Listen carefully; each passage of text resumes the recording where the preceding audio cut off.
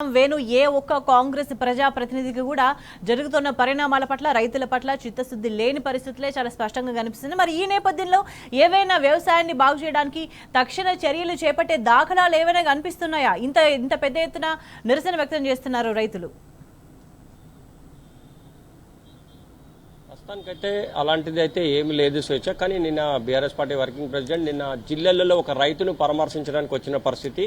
ఆ రైతును పరామర్శించిన తర్వాత ఇటు జిల్లెల్లా, నేరెల్లా, రామచంద్రాపురం, దాచారం సంబంధించిన రైతులు కేటీఆర్ని కలిసినటువంటి పరిస్థితి. తమకు నీళ్లు రావట్లేదు, చివరి దశలో పొట్ట దశలో ఉన్నాయి, దయచేసి నీళ్లు ఇప్పించండి అని చెప్పి కేటీఆర్ని అడిగినటువంటి పరిస్థితి. ఇప్పుడే అందిన సమాచారం ప్రకారం మనకేంటంటే రంగనాయక్ సాగర్ను ఎస్సీకి పరిశీలించినటువంటి పరిస్థితి. అంటే నిన్న డైరెక్ట్గా ఈ రైతులంతా చెప్పినప్పుడు ఎస్సీతో కేటీఆర్ మాట్లాడి ఇక్కడ రైతులు చాలా తీవ్ర ఇబ్బందులు పడుతున్నారు, ఎట్టి పరిస్థితుల్లో చివరి దశలో ఉన్న ఈ యొక్క వరిని కాపాడాల్సిన బాధ్యత మీ మీద ఉంది, మరి రైతులంతా కూడా చాలా దీవానస్థలో ఉన్నారు, మరోవైపు పొట్ట దశకు వచ్చినటువంటి వరి ఎండిపోతా ఉందని చెప్పి ఫోన్ లైన్లో మాట్లాడినప్పుడు కొద్దిసేపటి క్రితమే ఎస్సీ దీనికి సంబంధించి రంగనాయక్ సాగర్ను పరిశీలించడమే కాదు రేపటి నుంచి మీకు నీళ్లు ఇస్తామని చెప్పినటువంటి పరిస్థితి తెలుస్తోంది. అంటే ఇటు తంగలపల్లి మండలంలోని నేరెల్లా, ఇటు జిల్లెల్లా మరియు రామచంద్రపురం, దాచారం, చిన్నలింగాపూర్ అంటే ఈ గ్రామాల ప్రజలు అంటే వీళ్ళకు నీళ్లు రాక చివరి దశలో ఉన్నటువంటి పొట్ట దశలో ఉన్నటువంటి పరిస్థితుల్లో ఎండిపోతుందని చెప్పి నిన్న